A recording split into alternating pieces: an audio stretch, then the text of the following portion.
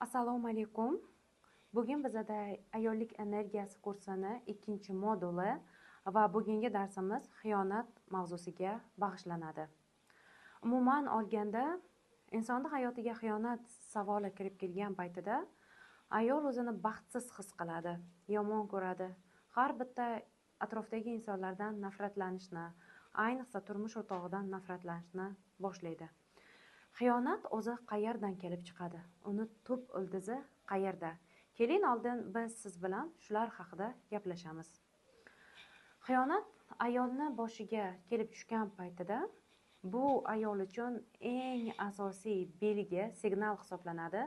U rivojlanishi, o'z ustida ishlashi, o'zini ruhiy tomoni bilan, jihati bilan ishlashi kerakligi haqida asosiy signal xiyonat asosida beriladi. Xiyonatgacha ham ayol o'zini ustida ishlashi uchun, rivojlanishi uchun ko'p znaklar berilgan bo'ladi. Ayol shunchaki bu znaklarni qabul qila olmaganda, bilmaganida uni boshiga xiyonat savoli kelib tushadi va xiyonat insonni o'ylantirishga majbur qiladi. Ayollar uchun bu nima uchun aynan menga deb og'riq beradi. Qanday insonga xiyonat qilishadi? Ayolda ongi, erkakni ongidan tushib ketgan paytida ayolga xiyonat qiladi. Ya'ni erkak kishi har kuni ko'chada ishlab, pul topib, jamiyat bilan birga yurganligi uchun erkakni ongi jamiyat ongida qaysidir ma'noda evolyutsiyadan o'tishni boshlaydi. Agar ayol o'z ustida ishlamasdan, o'zini farzandlariga, ro'zg'origa bag'ishlab yuborib, o'zini ayol sifatida shakllantirmasa, o'zini bu hayotda rivojlantirmasa, faqat bor vaqtini ro'zg'orga berib yuborsa yoki biron bir joyda ishlagan bo'lishiga qaramasdan turib, u o'zini ongini o'stirish ustida ishlamayotgan bo'lsa, mana shu paytida oilaga xiyonat kirib kelishi mumkin. Odatda xiyonat erkakni ongi ayolni ongidan yuqoriga ko'tarilinib ketgan paytida hayotiga kirib keladi insonni. Agar ong bir xil bo'lsa, er bilan ayolni ongi bir xil ketayotgan bo'lsa, bunday oilada xiyonat bo'lmaydi. Ayol qoloqlashib qolgan paytida xiyonat sodir bo'ladi. Aksincha, erkak qoloqlashib qolgan paytida ko'p holatlarda ayol juda ham rivojlanib ketgan paytida ham ming afsuski xiyonat sodir bo'ladi. Hozirgi paytda bugungi bizning modul darslarimiz erkak xiyonatiga ataladi. Chunki hozirgi paytda 80% dan ziyod menga individual konsultatsiyalarimda murojaat qiladigan aksariyat ayollarning savoli xiyonat savoli va xiyonatdan keyin ayolni o'ziga kela olmasligi, xiyonatdan keyin o'zini tiklay olmasligi, xiyonatdan keyin hayotini juda ham yomon holatini yomon bo'lib ketishi ekanligi uchun bugungi darsimizda to'liq xiyonat savolini ochib, yoritib berishga harakat qilaman va birinchi belgisi, demak, erkakning ongi ayol ongidan ko'tarilib ketganida. Erkakni ongi ayol ongidan ko'tarilib ketgan paytida erkak bu ayol bilan gaplashish uchun bu joyga tushishi kerak bo'ladi. Lekin yuqoridagi turgan ongdagi inson afsuski bu joyga tushishni istamaydi. Shunday paytida o'zini ongi darajasidagi insonni o'zini hayotiga tortib oladi. U fohisha deb aytasizmi yoki ikkinchi ayol deb aytasizmi yoki yengil tabiat ayol deb aytasizmi? Qachonki erkakni o'zini ongiga, o'zini energiyasiga mos bo'lgan ayol bo'ladiki, mana shunday inson bilan xiyonat savoli, xiyonat umuman olganda sodir bo'lishni boshlaydi. Keyingi ko'rinishi xiyonatga qanday paytda ayol uchraydi? Ayol butunlay hamma erkaklar xiyonatkor. Bu hayotda ayoliga sodiq erkaklar juda ham kam yoki yo'q. Hamma erkaklar bu hayotda ayoliga xiyonat qiladi. Qanchalik yaxshi ayol bo'lishga harakat qilma, baribir sen xiyonat savoliga uchraysan degan iqrorliklari bor bo'lgan paytida ham erkak ayoliga xiyonat qiladi. Chunki o'y xayollari bilan erkakka ayol mana shu programmani singdirib qo'yadi. Nima qiladigan bo'lsang ham men senga ishonmayman va chunki menda hamma erkaklar xiyonatkor degan ongimda o'yim bor. Ongimda shunday bir mani ong ostimda xayolim bor degan to'lqinda degan energiyani ayol ming afsuslaki erkakka miyasiga sekin sekin yashash bosqichlarida, ovqat qilganida, jinsiy aloqada, umuman olganda turmush o'rtog'iga qaraganida, ahamiyat berganida, uni yumushlarini bajargan paytida bu haqida o'ylamasada, gapirmasada mana shu energiya oqimini turmush o'rtog'ini miyasiga solib qo'yadi. Keyingi xiyonatni bosqichlaridan biri ayol o'ziga xiyonat qilganida. Ayol o'ziga xiyonat qilishi, mana shu bilimda o'rganaman, mana shu ilmda o'rganaman, yoki sportga boraman, yoki raqsga boraman, yoki tez yurishni amalga oshiraman, yoki bo'lmasa to'g'ri ovqatlanish bilan shug'ullanaman deb aytadida. Lekin turmush qurganidan keyin yoki farzandli bo'lganidan keyin qandaydir bu narsalarga ahamiyat bermay qo'yadi, o'zini xohishlaridan voz kechadi, chunki ayol o'ziga o'zi xiyonat qiladi. Ya'ni shu narsalarni qilaman deb aytgan edi, lekin bularni amalga oshirmadida. Bu ayol bu narsalarni amalga oshirmaganligi uchun san o'zingni joyingda emassan, san hamma narsani butunlay uzilgansan, o'zingni xohishlaringdan, o'zingni orzularingdan. Demakki, men senga xiyonat qilaman, toki mana shu xiyonat qilganimdan keyin sani ko'zing ochilsin, san o'zing ustingda ishla, san rivojlan, san faqatgina bor vaqtingni menga, oilaga, bolalarga sarflab yuborma, chunki sen ham bu hayotda individual shaxssan, senga ham bu hayotda yaxshi yashash imkoniyati bor deb erkak xiyonat qiladi mana shunday paytda ham. Ayol o'zini qiziqishlaridan, bolalarini, turmush o'rtog'ini, yaqinlarini deb voz kechgan paytida ham erkak tomonidan xiyonatga uchraydi. Chunki bu hayotda biz farzandlarimiz uchun, turmush o'rtog'imiz uchun voz kechib ketishimiz kerak emas. Biz ularni yaxshi ko'rishimiz mumkin, biz ularni qadrlashimiz mumkin, lekin bizni ham o'zimizni dunyoyimiz bo'lishi kerak. Bizni bolamizdan, turmush o'rtog'imizdan, oilamizdan tashqari bo'lgan o'zimizni qiziqishlarimiz bo'lishi kerak. Har qanday ayolda bo'ladi-ku qiziqish, har qanday ayolda bo'ladi-ku hobbi, yoqtirgan ishi, sevimli ishi bo'ladi. Mana shu ish bilan shug'ullanish kerak. Chunki sevimli ish bilan shug'ullangan paytida ayolda ochilish boshlanadi. Ayol butunlay yaratish energiyasiga ulanib ketadi. Chunki bilasizmi, inson qiziqqan ishi bilan shug'ullangan paytida shunaqa darajada mazza qiladi, shunaqa darajada erkin bo'ladi, shunaqa darajada rohatlanadi. Bu rohatni na farzandlar bilan, na turmush o'rtoq bilan, na oilaga bo'lgan mehr bilan bir-biriga solishtirib bo'lmaydi. Shunaqa darajada buni energiyasini ular to'ldirmaydi, ularni energiyasini bu to'ldirmaydi. Hamma narsani o'z o'rni bor-ku. Mana shunday paytda ham o'sha ayolga xiyonat qilishadi. Sen qiziqishlaringga qayt, qalbingga qayt, bu hayotga qayt deb ayolga xuddiki bir siltab yuboradigandek qilib xiyonat savoli insonning hayotiga berilishni boshlaydi.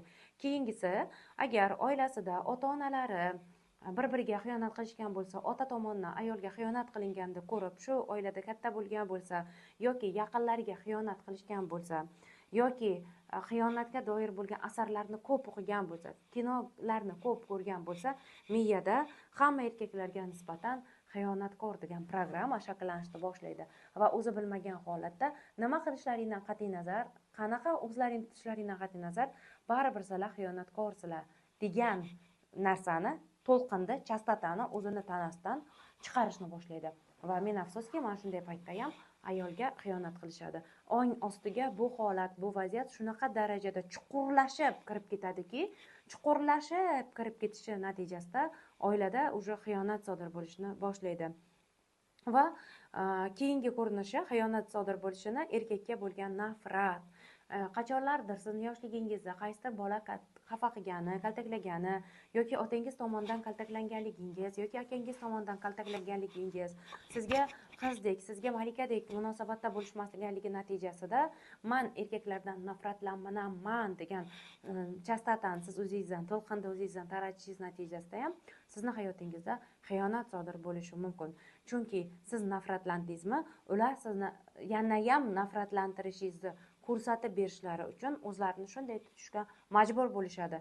Chunki siz o'zingizdan mana shunday to'lqinda taratasizki, u yoningizdagi erkakka boshqa shans qolmaydi. Sizda bitta shans bor. Bu beriladigan shans ham xiyonat kosasidan, sharobidan ichish shansi bo'ladi o'zingizga. Shunday paytda sizga xiyonat qilishadi. Va siz tushunishingiz kerakki, xiyonat sizni oilangizda siz yomon bo'lganligingiz uchun, siz xunuk bo'lganligingiz uchun, siz dovdir bo'lganligingiz uchun, ahmoq bo'lganligingiz uchun sodir bo'lmaydi sizni hayotingizda. Shunchaki shu holat, shu vaziyat sizni hayotingizda xiyonat savolidan keyingi etapga o'tishingiz uchun xizmat qiladi. Ba'zi bir ayollar bilasizmi, o'zini ustida ishlashni boshlaydi qachonki turmush o'rtog'i uni kaltaklaganida. Ba'zi bir ayollar bo'ladi shunday, o'zini ustida ishlashni boshlaydi qachonki kasal bo'lganida. Ba'zi bir ayollar bo'ladiki, qachonki unga xiyonat qilishgandan keyin, shunchalik bu og'riq berganidan keyin, shunchalik buni natijasida tanasida og'riqni his qilganidan keyin, o'ziga kela olmaganligidan keyin hayotida xiyonat sodir bo'ladi. Ya'ni bizni hayotimizda hamma narsa silliq ketadigan bo'lsa, siz o'sasizmi, siz rivojlanasizmi, ayol sifatida o'zingizni ko'rsata olasizmi bu hayotda?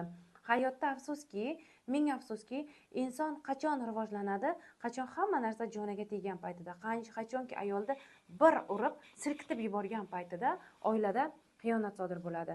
Siz tushunishingiz kerak, oilangizda xiyonat sodir bo'lgan paytida bu sizni yomonligingiz uchun bo'lmaydi. Mana shu narsani yaxshilab his qilib oling. Yoki sizni dovdir ekanligingiz uchun, ahmoq ekanligingiz uchun bo'lmaydi.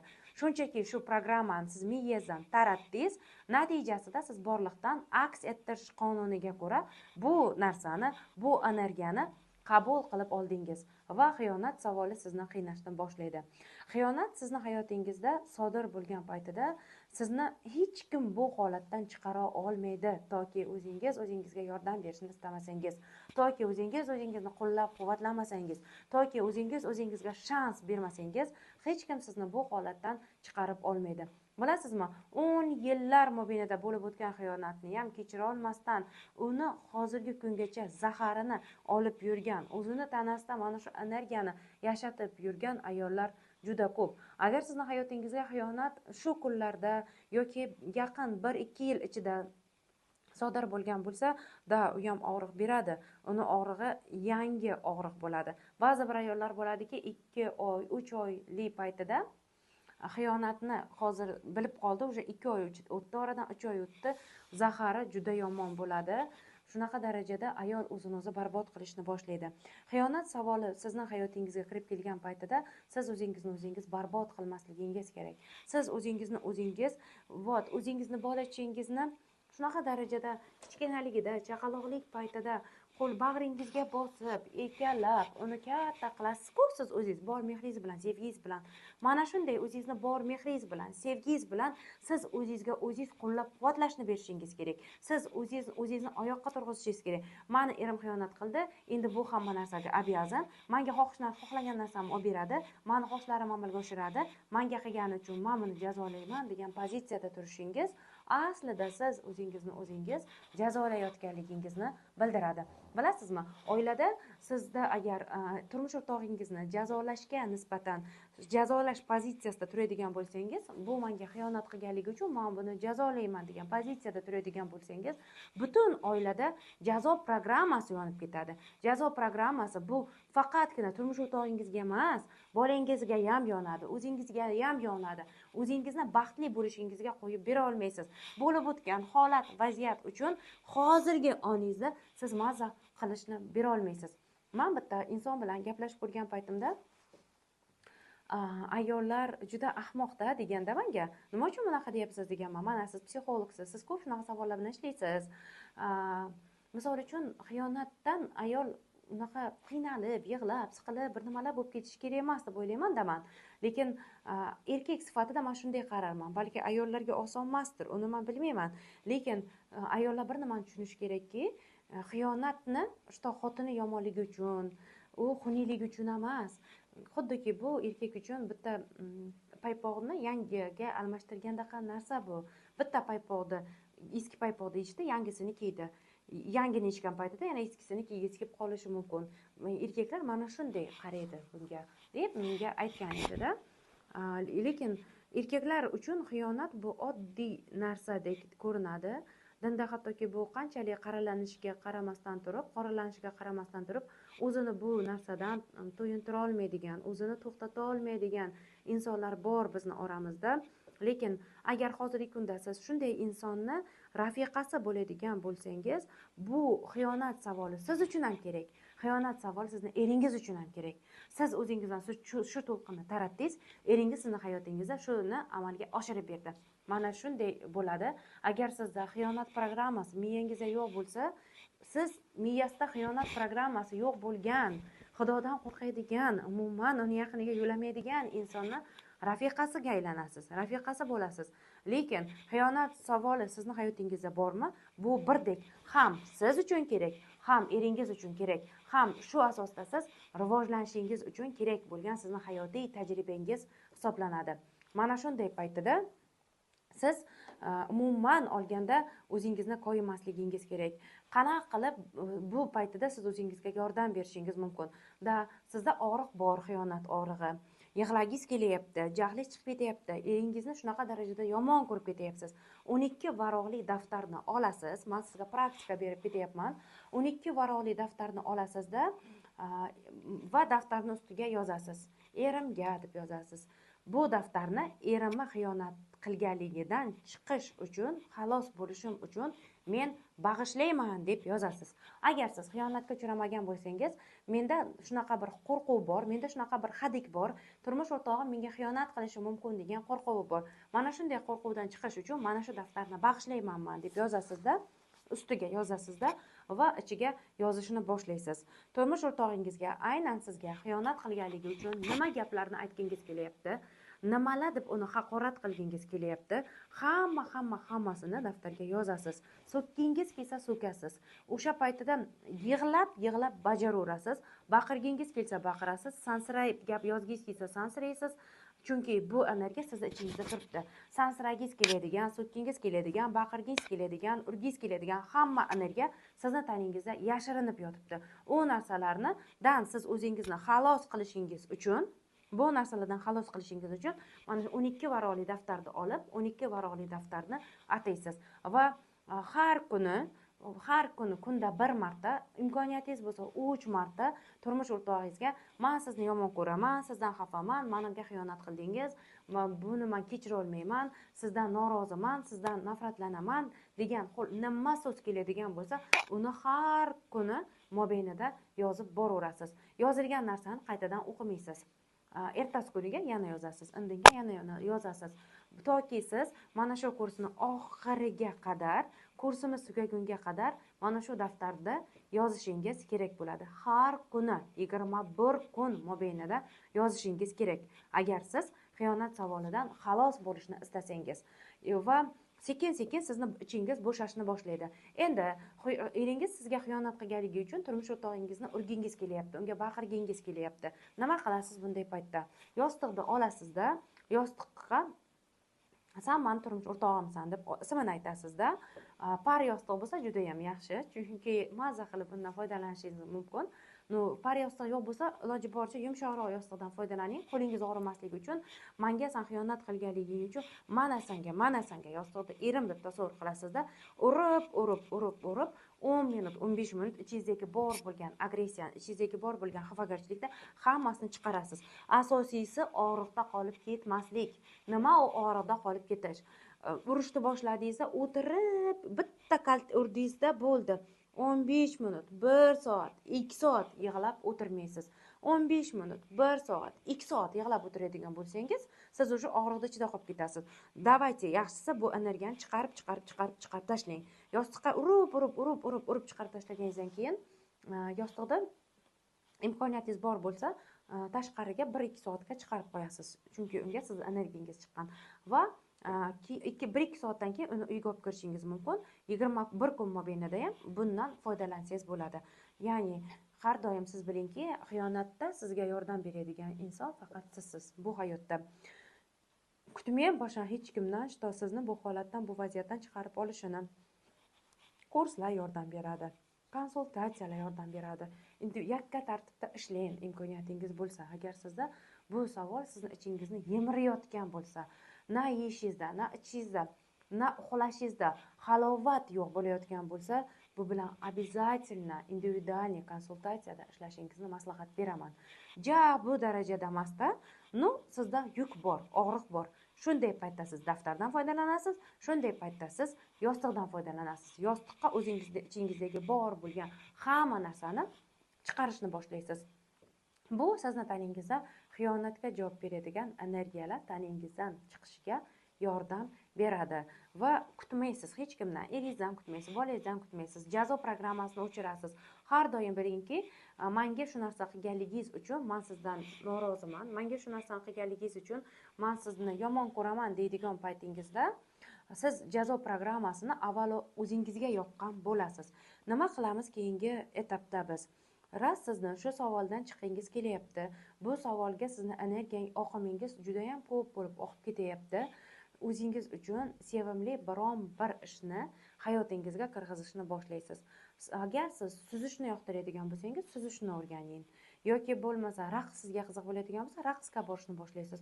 Faqat o'zingiz uchun, o'zingiz nimadan mazza qila oladigan bo'lsangiz, mana shu narsa menga mazza beradi deb o'ylasangiz, mana shunday bitta hobbini hayotingizga kiritishingiz kerak bo'ladi.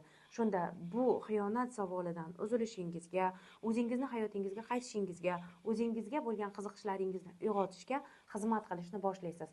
Bilasizmi, xiyonat nima uchun ayollar xiyonatni unuta olmaydi, kechira olmaydi? Chunki u ayol o'tmishda qolib ketadi. Turmush o'rtog'ining xiyonatini bilib qoldi, telefonda bo'lsin xoh yoki u to'g'ridan to'g'ri shu uchrashganini bilib qoldi yoki qandaydir rasmlarni ko'rib qoldi. Qanday holat bo'lishidan qat'iy nazar, siz o'tmishda qolib ketdingiz. U holat, u vaziyat o'sha o'tib bo'ldi. U o'tib bo'lgan narsa uchun uni tinimsiz eringizni yuziga solishingiz, o'zingiz to'xtovsiz u narsani eslab siqilishingizga arzimaydi. Bugungi kunimdaman deyin. 1 soat vaqtimni xo'p shu xiyonat savolidan aziyat chekishimga bag'ishlayman deysizda, o'tirasizda, yig'lab ichingizdagini chiqarib tashlaysiz. Yig'lash kerak, обязательно bu energiyalar sizni tanangizdan chiqishi kerak. Sizda xiyonat bormi hayotingizda? Demakki, bu energiya tanangizdan chiqishi kerak. Yig'lab tanangizdan chiqarasizda va dальше ishlashda davom etaverasiz. Yozasiz daftarga, yostiqni urasiz. Undan tashqari biz amaliy praktikalar beramiz. Amaliy praktikalardan foydalanasizda, maksimalniy tartibda o'zingizga o'zingiz yordam berasiz. Rostdan ham bizga qiyin bo'layapti. Rostdan biz qiynalyapmiz. Rostdan bu xiyonat yukidan butun tanamiz og'rib ketyapti. Lekin bu narsadan xalos bo'lishimiz kerak biza. Men seni tushunaman, sen og'riyapsan, sen yig'layapsan, sen siqilyapsan, lekin biz bundan xalos bo'lishimiz kerak deb o'zingizni xuddiki yosh bolangizni erkalaganingiz singari, yosh bolangizni asraganingiz singari, yosh bolangizni o'zingizni bag'ringizga bosganingiz singari o'zingizga o'zingiz yordam berishni boshlashingiz kerak bo'ladi. Agar siz uyingizda faqat yig'lab yotaversangiz, eringizni ayblayversangiz, bu holatga siz o'sha jertva pozitsiyasida, qurbon pozitsiyasida turganligingizni bildiradi. Qurbon pozitsiyasida turgan paytingizda siz o'sha bu hayotda o'zingiz ham mazza qilmaysiz, bolalaringizga ham mazza qilishga bermaysiz, eringizga ham mazza qilishga bermaysiz va bunday paytda oilada hammada sochilish boshlanib ketadi.